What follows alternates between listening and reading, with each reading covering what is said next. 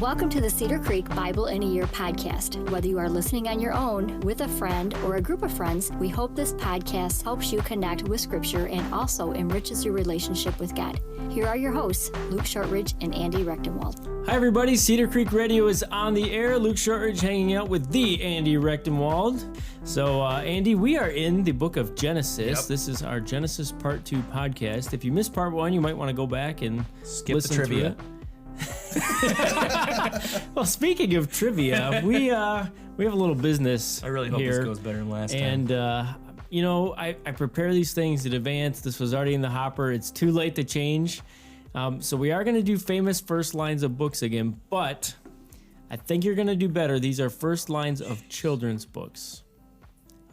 Children's books. These are written for children. Let's just fun. Stop. Okay, real quick. They're familiar. Though, just as like a preface to this whole explosion of terribleness before this happens. Okay. If I didn't read books in high school, right, what possesses you to think that I read a lot before high school?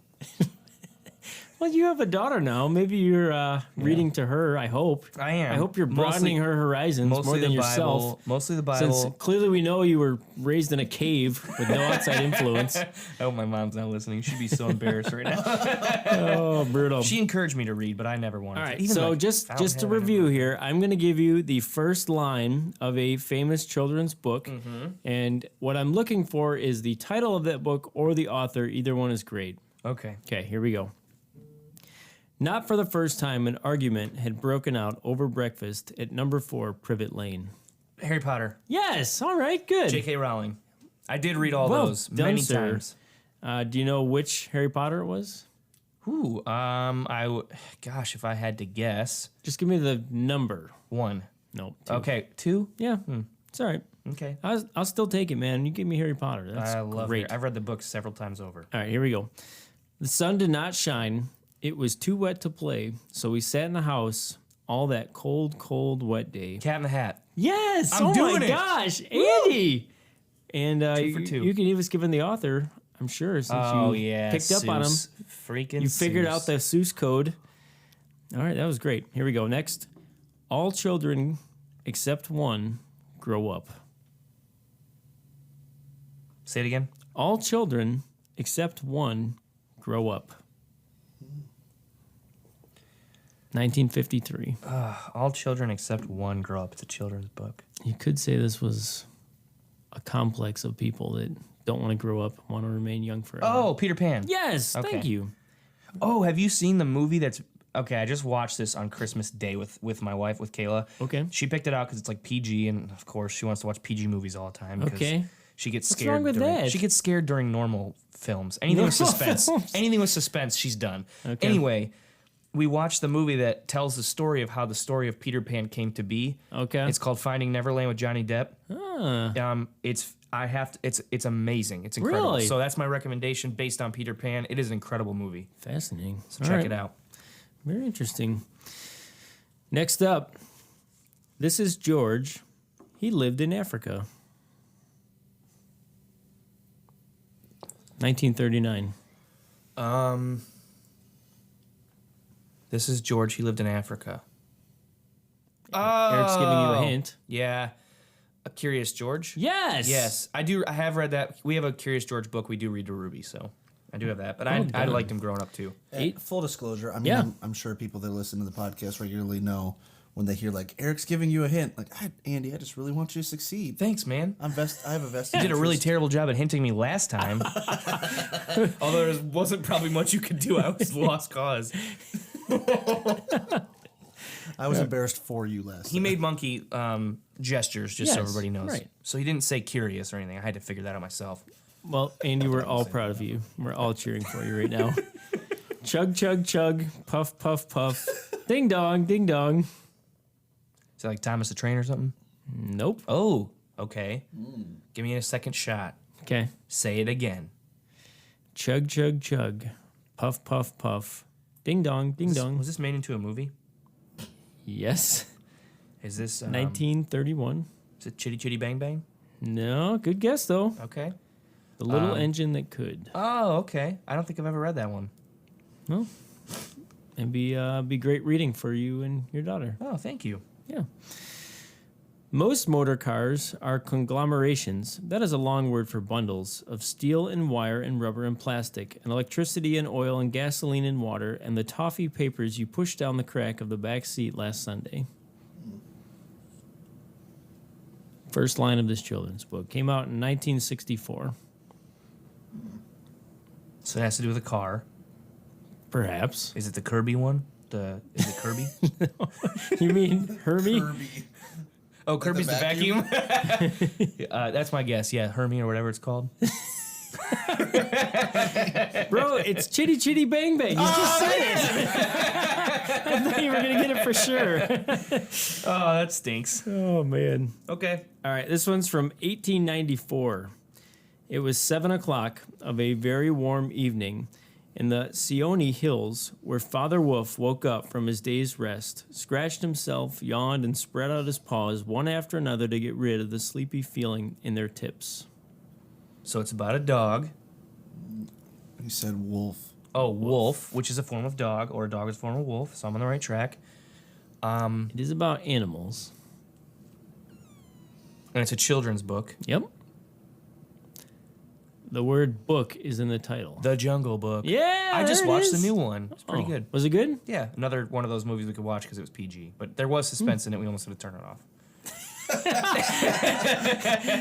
Andy is getting too intense. We're watching. Hey, let's PG. Oh, When I'm you're right, watching you're a right. good show at home that she can't watch because it's so suspenseful, she will ask me after an episode is over to recap what happened so that she can participate in the show but not have to deal with the suspense of the Oh, show. man. Yeah.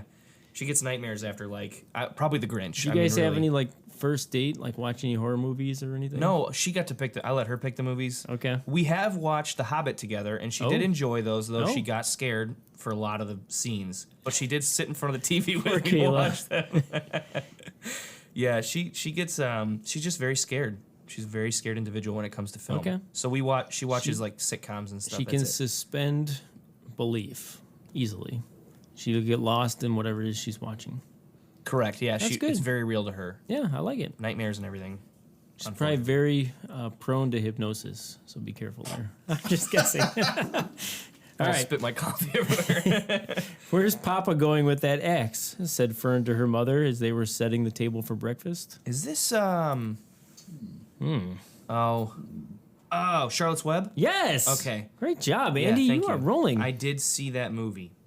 That's We what, did. that's We what's read the going book on too. here. No, we read the book Andy's too. seen all these children's movies. Cat in the Hat I did not see because I heard it was terrible. But I have read that book, and I did read Charlotte's Web. We read that in elementary school. Okay. Once there were 4 children whose names were Peter, Susan, Edmund, and Lucy.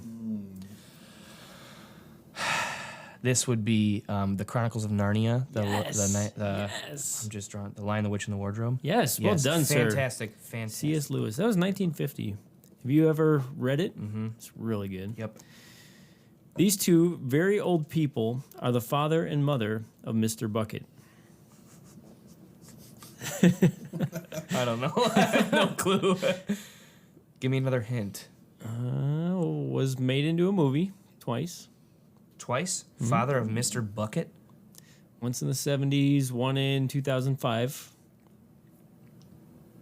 I don't know.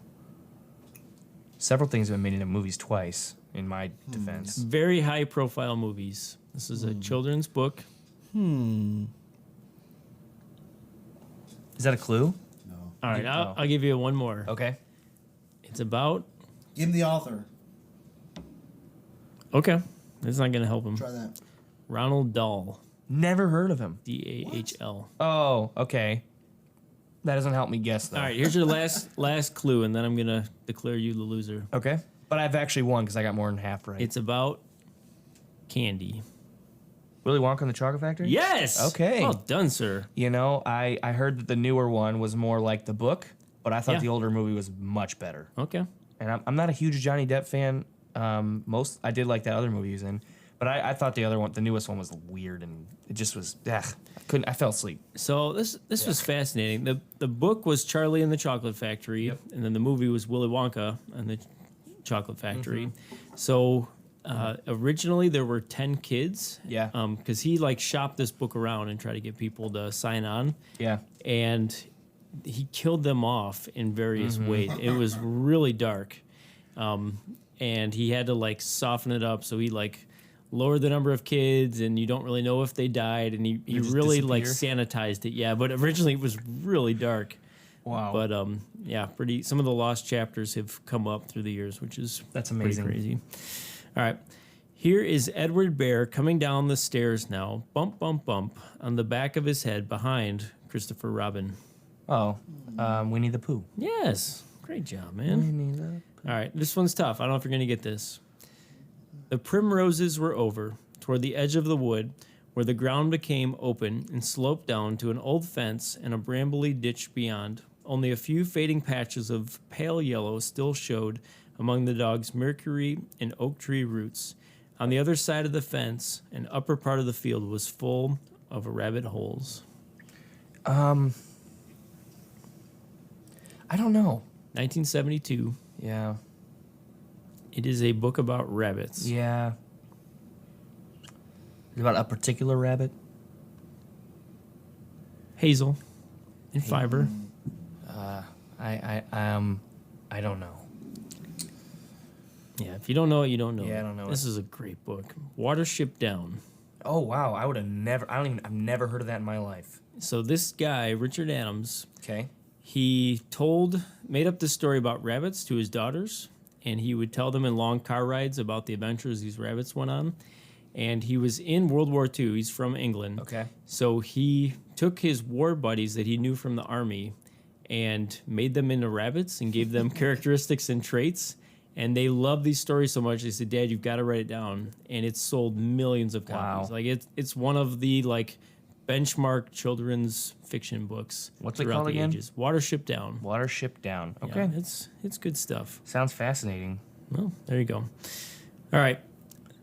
Once upon a time there lived a king. My little readers will immediately say, "No, children, you are mistaken. Once upon a time there was a piece of wood." Say it again. Okay. Once upon a time there lived a king. My little readers will immediately say, "No, children, you are mistaken. Once upon a time there was a piece of wood." 1883. Wow. I don't know. Children's book about a piece of wood. About a piece of wood. Come on. Eric Give it knows away. it. I think Disney. Think Disney. It's not the Lion King. Not the Lion King. That's about lions. It's not Little Mermaid because that's about a mermaid. Yeah. I An don't- inanimate object that wants to be a boy. Oh, you. I know. Oh, okay. I ruined it. Yeah, it's Pinocchio. Nice job, sir. Yeah, 1883. I didn't realize it was that old. Wow. Kind of had that really scary part when I was a little kid with the donkeys. donkeys. That's a frightening part of the movie, in my opinion.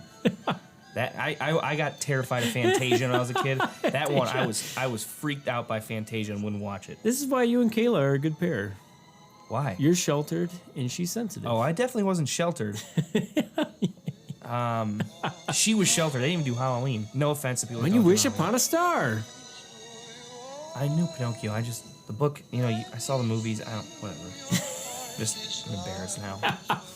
I did better this time. Yeah, you did a lot better, dude. You did great. All right. Well, we are specifically going to look at chapter 12 and kind of beyond. We're going to look at the story of Abraham, Isaac, and Jacob, which is about 20-ish chapters. And we're going to be in the New Living Translation. If you want to follow along with this, now is a great time to pull out your Bible. Or if you're listening on your phone, you could switch over to a Bible app. We're going to have some questions along the way as well. If you're by yourself and you want to stop the podcast and journal at those questions, you can do that. If you're listening with a group of friends, maybe a life group, you can pause and discuss the questions, and we'll do our best to answer as well. So, Andy, we're going to start out in 12, 1 through 9. Do you want to take it for us? Sure. Let's do it. The Lord said to Abram, "Leave your native country, your relatives, and your father's family, and go to the land that I will show you. I will make you into a great nation. I will bless you and make you famous, and you will be a blessing to others. I will bless those who bless you, and curse those who treat you with contempt. All the families on earth will be blessed through you. So Abram departed as the Lord had instructed, and Lot went with him. Abram was 75 years old when he left Haran. He took his wife, Sarai, his nephew Lot, and all his wealth, his livestock, and all the people he had taken into his household at Haran, and headed for the land of Canaan. When they arrived in Canaan, Abram traveled through the land as far as Shechem. Then he set up camp beside the oak of Moreh, and at the time the area was inhabited by Canaanites. Then the Lord appeared to Abram and said, I will give this land to your descendants. And Abram built an altar there and dedicated it to the Lord, who had appeared to him. After that, Abram traveled south and set up camp in the hill country, with Bethel to the west and Ai to the east. There he built another altar and dedicated it to the Lord, and he worshipped the Lord. Then Abram continued traveling south by stages toward the Negev. All right, good stuff. So we kind of see here the beginning of Abram and his Yep. call from God. And what stands out to me is just God calls him and he goes. Right. You know, there's no argument. There's no, but I don't know. It's just like God calls, Yep. bam, he picks up and goes. And Abraham is known as a man of great faith. Yep. And we'll see a little more of that later. But man, I'm curious, Andy. Have you ever felt called by God? And it doesn't necessarily have to be a calling like your profession, but it could just be God was calling you to do something. But I don't know, maybe it is. So have you ever felt called by God? What happened, and how did you respond? I don't think we get to experience the calling the same way Abram did. I don't think I've Maybe I've some not people, heard God's audible voice. Some people but have, and crazy people, or no. I think God could still speak to people. Yeah, I Although agree. it's kind of Of course. of course he can. he could. Yeah, does he? That's the question. I don't know. But yes, I have felt a calling from God. So it was probably 4 years ago at this point that I was reading a book. It was an apologetics book. It was a William Lane Craig book, and at the back it had an advertisement for getting a master's in Christian apologetics Right on. at Biola University. I had never heard of Biola. I didn't know you could get a degree in apologetics. Yeah, I had right no on. clue. So I came and talked to you about it, Yep. and I said, I'm thinking about this. I talked to Kayla, and she said I should do it. But I don't know if I should. And you had said, definitely that Yep. if you love educating yourself, then you should definitely do it. Yep. I went to Lee Powell at the time, talked to him about it. I talked to Ben Yep. about it. Went to a lot of different people, and then I just kind of sat on it for a year and prayed. Mm. And eventually, I stopped thinking about it, and it was kind of like, whatever. But then, at another point, Kayla out of nowhere says, "Hey, have you been thinking about that school thing? You were talking about it. Have you put any more thought into that?" And I started praying again, and I sincerely and seriously felt God really pulling me to apply. Yep. So I did, got accepted, and now I went through the That's program awesome. and have my master's in Christian apologetics. That's So yeah, amazing. I don't think it was an audible, but it was definitely the Spirit kind of Right. speaking to me and pushing me to do something that I didn't plan on going back to school. And But think about, Andy, how many people, potentially millions, that are listening to this podcast that are benefited Millions. by your theological education. But truthfully, Potentially millions. I like the Potentially. fact- yeah, that's true. Man, That's when definitely something a goes fact. on the internet, who That's knows? a fact. You're right. In 10 fact, potentially 10 generations billions. from now, people could dig this up Yep. and be like, we've recovered the book of the law. It's only found through this podcast at Cedar Correction, Creek Radio. Potentially trillions. Okay, there you go. my original point being, though, is that people have been benefited. Sure. I'm sure you've had one-on-one conversations. Yeah. Now you kind of have a reputation as the apologetics guy at the church. Yeah. And Which you've is had it, hilarious. which is awesome. No, you do a And I great love job. Because of saying yes to God, even not knowing what that will look like, countless other people are benefited beyond just yourself. That's my main point of it. So Yep. very cool. Yep. I also similarly felt the call from God. I thought that God was calling me to ministry kind of early on in life, and my parents were not into it at all. My uncle at the time, it was in ministry and then left, Okay. and it was not good. I mean, he went to seminary, got his degree. I think he was in ministry about 5 years and just burned out, flamed out, Sure. didn't work, and he left. And he thankfully had a great other career he could step back into. Yep. And they said, you're young. If ministry doesn't work out, and there's no guarantee it will, what's your backup plan? You have none. Yeah. You know? And as I kind of thought about it and looked what was out there, I decided to start in nursing. So I started in nursing school. Yeah. which Yeah. I've heard this if you know me, it's hilarious because I'm not the most compassionate person in the world. And it was tough. I mean, it stretched me, it challenged me, and but I did okay in the classes. The thing though that really got me was when I got into clinicals and I was in the hospitals and I was giving people shots. I was taking patients. I was learning to be a nurse. I hated it. Every time I walked in the door, I just had this sense that this wasn't what God called me to do, that I was somehow being disobedient to him. And I just wrestled with that, just knowing that, pursuing ministry was kind of scary and unknown, but I felt that's what God wanted. And it didn't line up with my actions of what I was doing. So it's kind of a crazy event that went down. My best friend, Brent Paroli, he is on staff here at Cedar Creek now. He's our IT director. He was dating a girl at the time, and we got a phone call. She was in a really bad car accident. And her father was involved in this, her brother, she was driving, and got this call. They were on their way to the UP in Michigan, so about halfway up, they had this big blowout accident, tire blew, and the van flipped. So we didn't know what kind of state they were in, what condition they were in. But Brent called me and said, will you go with me and, go to the hospital? And I said, of course, let's go. So we get there and we see we're kind of assessing the injuries, the nature of them. And it was horrible accident. Rachel and her father were okay. They had some very serious injuries. It's kind of cool. Rachel now goes to White House campus. Oh, really? Able to reconnect with her a little Crazy. bit. Yeah. And she's married, has kids, is doing great. But at the time, we didn't know that at all. And it was really serious. Well, her brother was injured very severely. He had multiple broken bones, internal bleeding, very serious, life-threatening injuries. And they said, we're going to fly him to Mott Children's Hospital in Ann Arbor. You have a few minutes. You can talk with him. He's been induced in a coma, but it's possible he can hear you. So we had this small window of time to talk to him. His name is Seth. They said, Seth, he might be able to hear you. You can try to reassure him if you want. So they kind of wheel him in. And it's this small kind of country hospital. And there's other patients around and doctors, nurses, all kind of one main like triage room. And as they wheel Seth in, we're talking to him. And I knew what Seth really needed was prayer. What I knew that he needed was God's intervention and God's help in that moment. And after they sent him to the helicopter, I said, guys, we need to pray. So we all held hands and we prayed for him right there in that country hospital. Yeah. And I remember looking up and just seeing a blank face on one of the nurses. And she had done everything that she knew to do medically to help him. But at that point, they didn't know if it was going to be enough. And I remember just how helpless she looked. Yeah. And I thought, I can't do that. I cannot be a nurse. Yep. I cannot know that somebody needs God's spiritual intervention and feel handcuffed and powerless to help them with what they really need. And don't get me wrong, I am thankful for those nurses, and that is a calling for a lot of people. Sure. I just knew that wasn't me. Yep. And we prayed for Seth. He ended up making a great full recovery. It took about 6 months before he walked again. Wow. But he did make a full recovery in it. But I remember driving away from that and saying, okay, God, I'm going to give this a shot. I'm going to pursue you, but you've got to trust the details on this, because I was scared out of my mind. Yeah. Oh my gosh. At the same time. So, yep, there you go. That's a calling. It's a calling. All right, let's go to Genesis 22.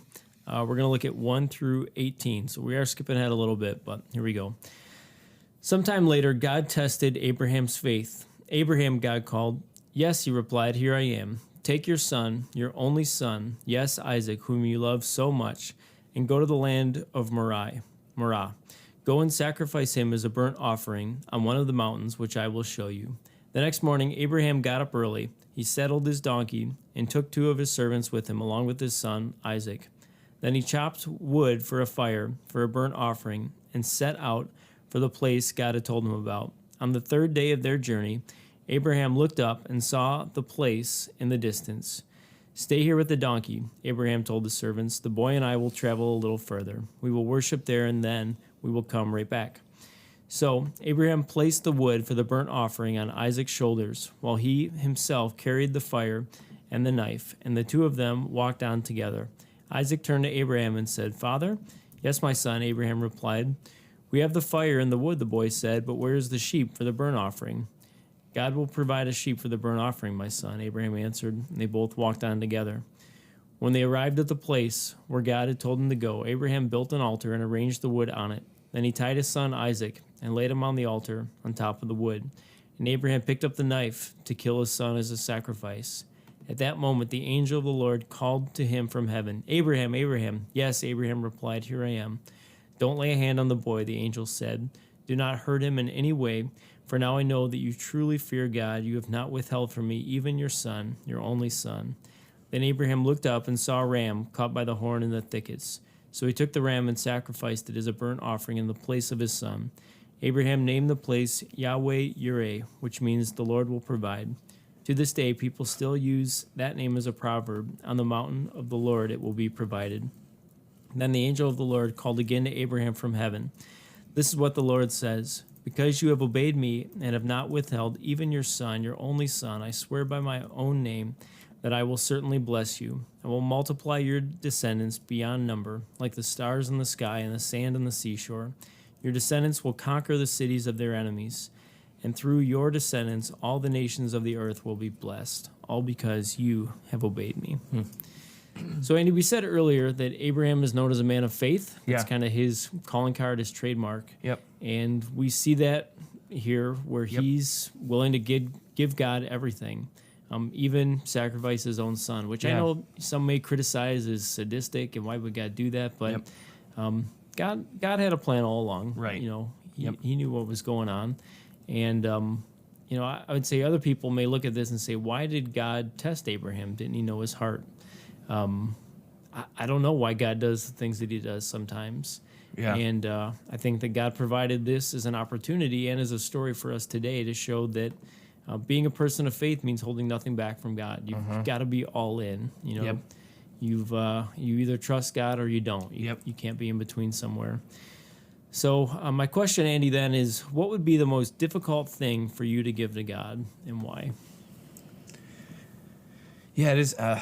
This story is fascinating because it touches on, and there's a book that you recommended to me a couple years ago, which was Tim Keller's Counterfeit Gods. Yep. And in it, he talks about how he talks about this story in particular, and about how Abraham had been waiting years for this descendant, one child that could carry on the promise that God had promised him. Finally gets him, and God says, which "I need was you a to give him back." fulfillment of the divine covenant God had promised him. Right. Yep. So I read this, and God has not specifically asked me to give up my daughter to him in the same way that he would here. But God asks, and Jesus clarifies this again in the New Testament and says, "I'm not asking for you to make a couple sacrifices. I'm asking for everything you are and everything that you have." That's right. So the most difficult thing for me to give to God is I don't know if there's one thing in particular. It's all the things. It's everything. Like it's waking up every day knowing that I have to turn over everything to Him. Yeah. I have to turn over my daughter. And my wife and I had a conversation when she was young, because Kayla was very terrified that Ruby was going to die in her sleep, that because the SIDS, and she was terrified until one day we prayed, and the next day she said, "I've lost my fear of this." And I said, "Well, how'd that happen?" And she said, "I feel like God is leading me to know that Ruby's His.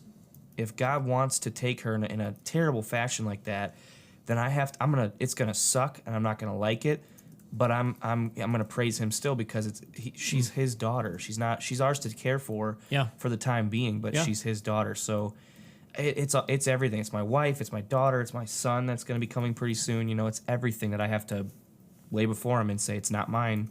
You let me have it for the time being." And Tim Keller also talks about how our kids can be idols. Yep. That if your child is the most important thing in your world, in your universe, and you will sacrifice everything for them, that's when you have mommy and daddy's little monsters that run around. Yes. That feel entitled and feel like the world is theirs because their Yep. parents have never told them no, because they are their God. Right. So when that happens, when our worship shifts to anything else besides God, there are problems. There's ramifications to that. And I also think here, I think this is a precursor of what God does with Christ for us. That God does not withhold back His own Son. He gives us everything out of perfect love. And because of that, we are to love him perfectly as well. Sure, I agree. My answer, yeah, I would say, of course, my wife and my kids would be, as far as like what in my world has the most value, of Right. course it's them. Yeah. I'm not the most sentimental person. So when it comes to like material possessions, Sure. giving something up, maybe Yeah. my guns. That's about the only thing I can think of. You're Sure. not taking the guns or the TV, I'll tell you that. Okay. Andy, let's keep moving on. So we've learned about Abraham, his son Isaac. Isaac then has a son Jacob. Yep. And we're going to learn a little bit about Jacob now. So we're in Genesis 29, 15 through 30. You want to take that for us? Yep. Says, after Jacob had stayed with Laban for about a month, Laban said to him, "You shouldn't work for me without pay just because we are relatives. Tell me how much your wages should be." Now Laban had 2 daughters. The older daughter was named Leah, and the younger one was Rachel. There was no sparkle in Leah's eyes, but Rachel had a beautiful figure and a lovely face. Since Jacob was in love with Rachel, he told her father, "I'll work for you for 7 years if you'll give me Rachel, your younger daughter, as my wife." "Agreed," Laban replied. "I'd rather give her to you than anyone else. Stay and work with me." So Jacob worked 7 years to pay for Rachel, but his love for her was so strong that it seemed to him but a few days. Finally, the time came for him to marry her. "I have fulfilled my agreement," Jacob said to Laban. "Now give me my wife so I can sleep with her." So Laban invited everyone in the neighborhood and prepared a wedding feast. But that night when it was dark, Laban took Leah to Jacob, and he slept with her. Laban had given Leah a servant, Zilpah, to be her maid. But when Jacob woke up in the morning, it was Leah. "What have you done to me?" Jacob raged at Laban. "I worked 7 years for Rachel. Why have you tricked me?" "It's not our custom here to marry off a younger daughter ahead of the firstborn," Laban replied. "But wait until the bridal week is over, then we'll give you Rachel too, provided you promise to work another 7 years for me."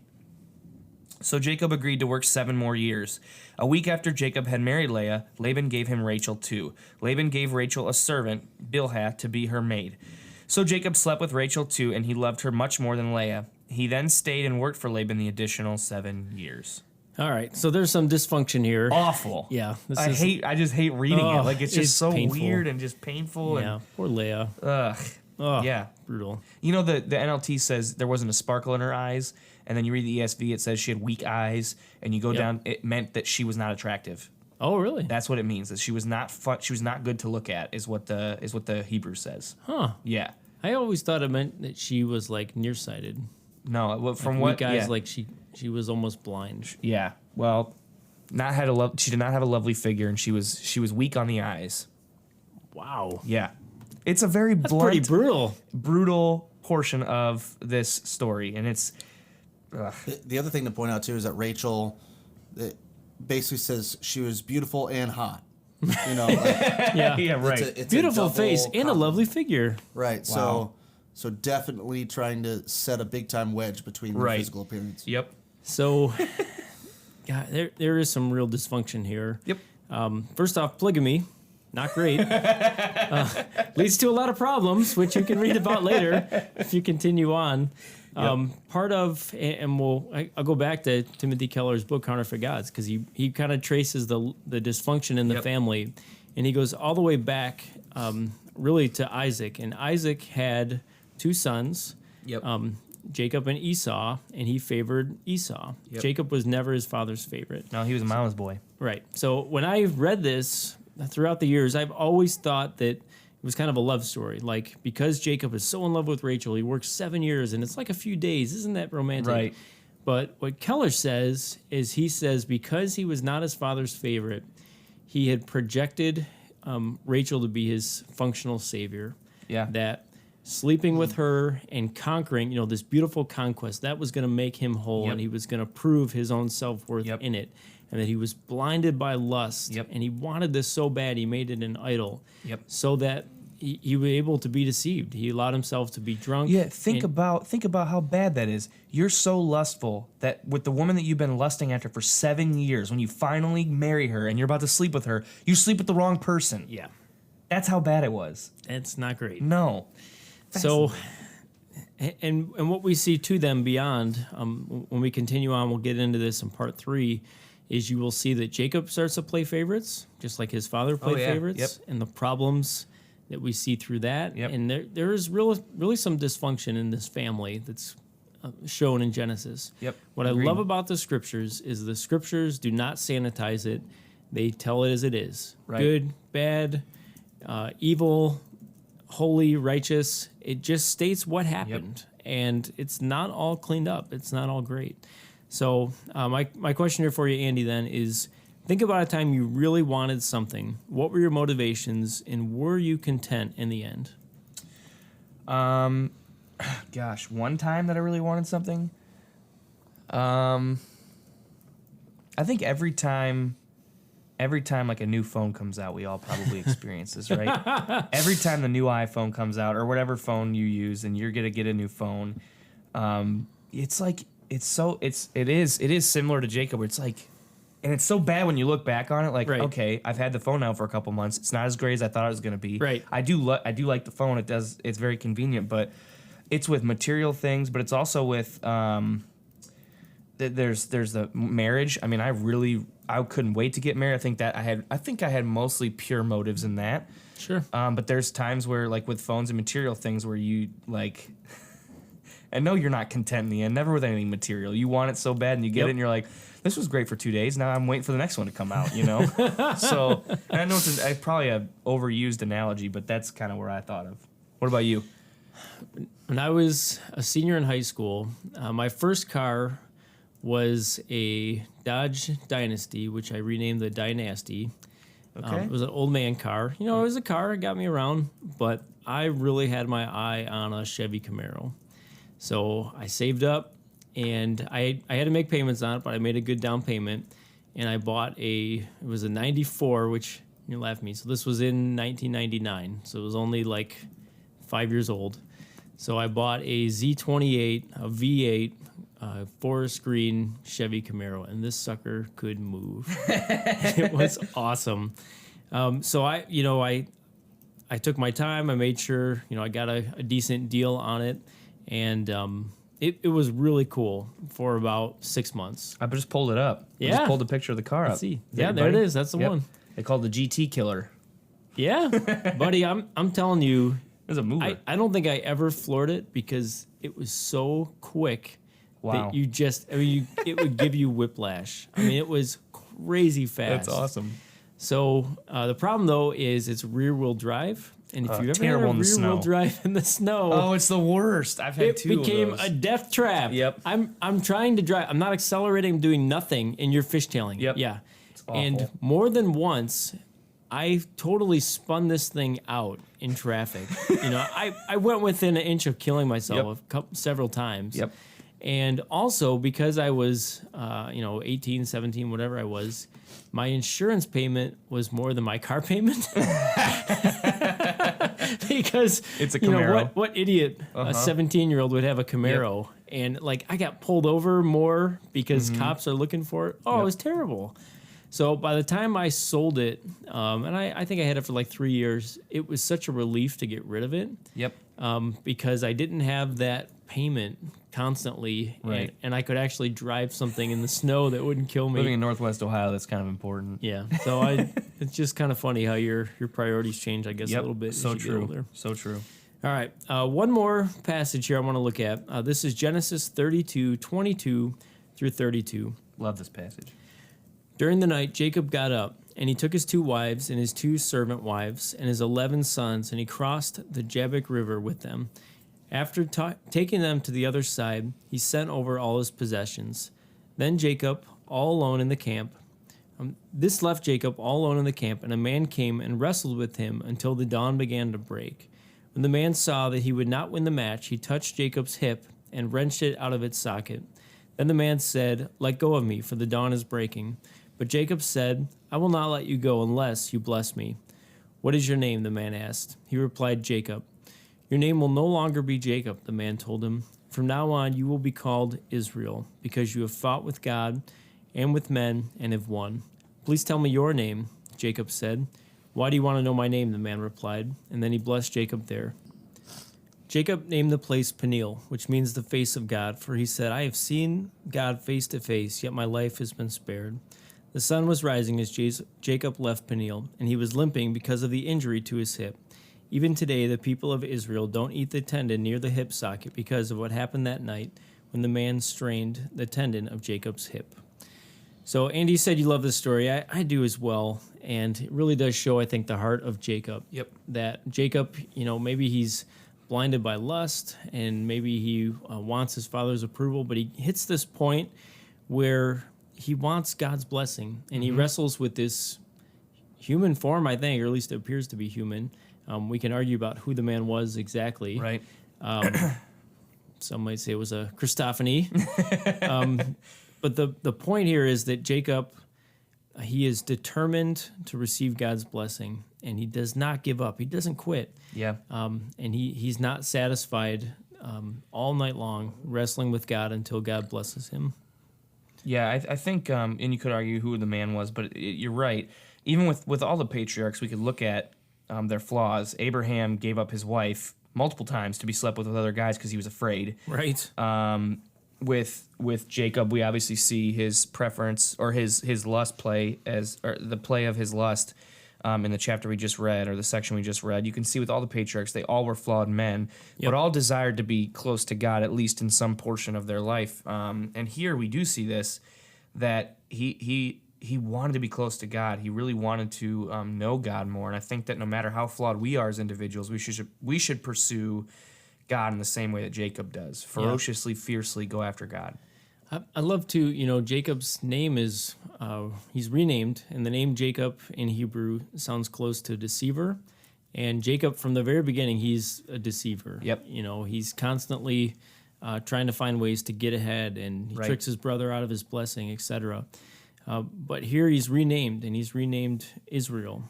And it's just cool. His identity is totally changed because he fought with God and with men and have won. And I just love his tenacity that he's not going to quit until God blesses him. He's going to do whatever it takes. Definitely. I love that. He's got grit.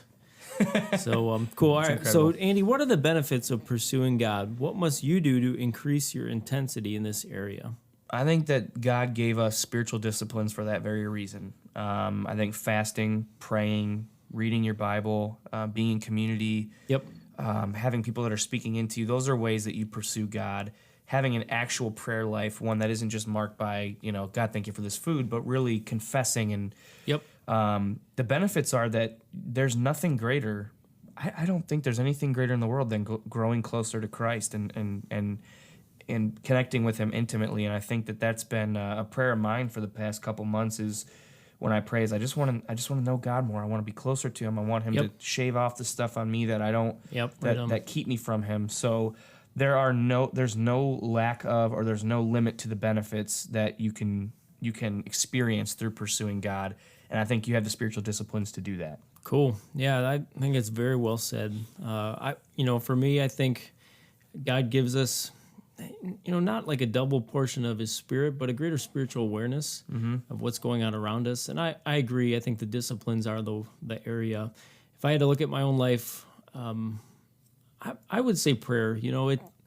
I've continually wanted to become more mindful and become a person of prayer. Yeah. It's something, this has been a long process for me. This is not something where you just fix it and solve it.